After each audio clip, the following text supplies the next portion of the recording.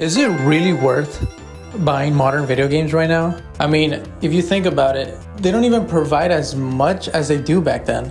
I guess an example would be right now would be like the modern Pokemon games, in my opinion. I just don't feel like it used to be what it used to be back when they started dropping Black and White 2, Black and White, Pokemon Platinum. You know, I feel like during those type of development or games, it just used to be so much more. And it always felt like from the next gen, it was always something more, you know, to play, to advance, to do all these other sort of things.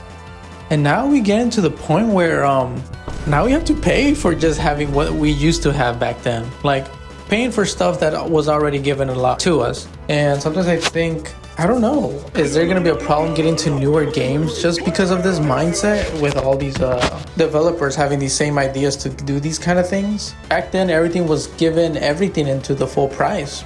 It always felt more reassuring to have a game with a lot of, you know, potential to be one of the most content-filled games for you to be satisfied that it's really worth your money. Well, for me, in my opinion, I always value that whatever you buy, you're investing in it. The money's worth it. At the end of the day, I feel like right now it's kind of not, especially with the new Pokemon game, Legends. It even started with Sword and Shield. I can't believe you paid DLC to add more Pokemon in your game, which is kind of crazy when a handheld could have like 1,000 Pokemon. And now, obviously, there's a bunch of bugs with it, especially when it comes with glitches that came out, buggy launches, all these bugs that, I mean, they should have been taken care of before anything. And sometimes I'm just like, wow, it kind of sucks that these big game developers have really made, or they have made, games that pretty much don't kind of like, I would say, probably ambition and passion. I'm not saying that those people didn't put in work when they were developing new Pokemon or doing all these other kind of things, but I'm just like, well, like, you can tell the difference when you're just like, wow, that's it, like, this is it. And I don't know, something about having everything and then taking it out of everything and then paying for it is kind of crazy. But I would say, that would go with also passion, because without passion, sometimes you can make a game super dead and super not animated. And these little things that that makes the game feel so special, so worth it, these little things, kind of like secrets, unlockable stuff that you don't you gotta find throughout the game, like those kind of things is like, yeah, it's always pretty good. And obviously production goes into it and probably the pricing of these productions, but still, back then they were doing it with what they had, and now they got better things. And now it's like they just don't care literally about the product.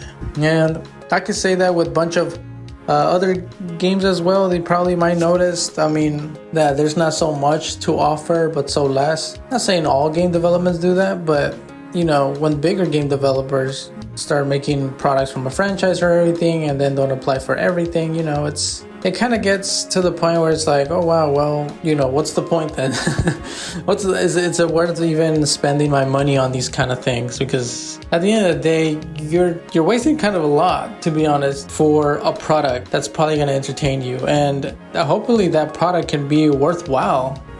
Obviously it's for entertaining purposes. You could always not buy it, but at the same time, it's what we had, and then it's what it is now. So obviously the past we had were met at a standard, and those standards were pretty like the normal standards that everyone meets. And it's a bummer that we get to lose that standard or those little standards just because they want it added for, I don't know, extra content.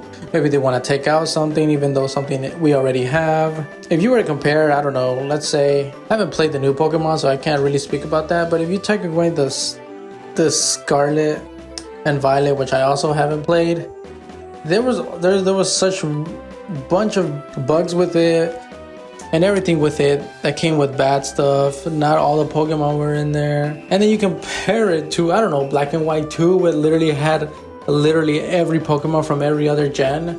And it had probably more to get into as you get into the game. Like, I mean, at this point, like, come on, the handheld games were better in my opinion. Like, I played what, Sword and Shield. That's the one I recently played when the games got into handhelds or the DS into any of the actual like main consoles. And then after that, it just started just subtracting. Like, you start subtracting the Pokemon, start subtracting other content in game, and then I don't know. Now it just becomes a very overpriced game with a lot or with less, and sometimes you feel very like, wow, this it's not worth buying it at the end of the point. Well, for me, at this point, it's not worth buying if it's gonna get like that, because at the same time, it's like they're expensive now. Like, you cannot tell me that these are like, yeah, you can just get 2 or 3. No, that's crazy. That's very insane. And if it doesn't meet all the things that you wanted in there, then it's pretty much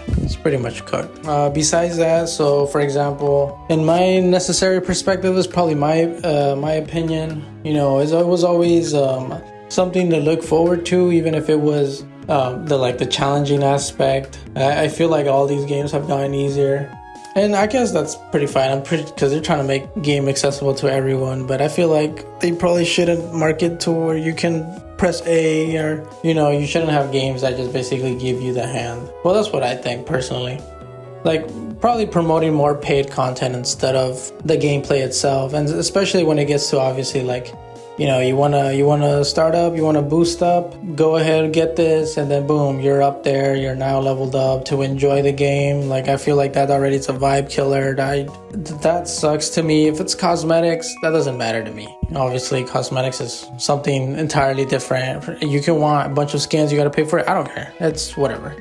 But for something that you gotta involve in the game to pay and to play and to be involved, like, that sucks. Like, especially when they drop DLC for the Pokemon games. Like, now it's like, man, wow, why can't this just be incorporated in the full game? Like, you did it with the DS. It's not. I expect you not to like have difficulty with it. Yeah, and sometimes it just sucks, and a lot of this could be obviously because of corporate greed.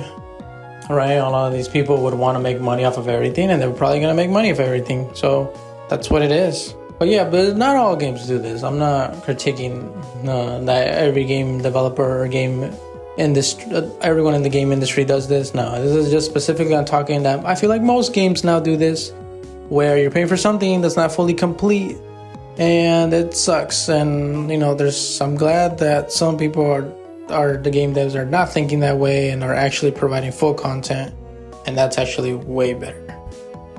But yeah, that's the video for today. Just wanted to talk about it, and that was my idea for today. I was gonna do something else, but I didn't think I had time for it. But here I am, and that's it. All right, guys, have a good one.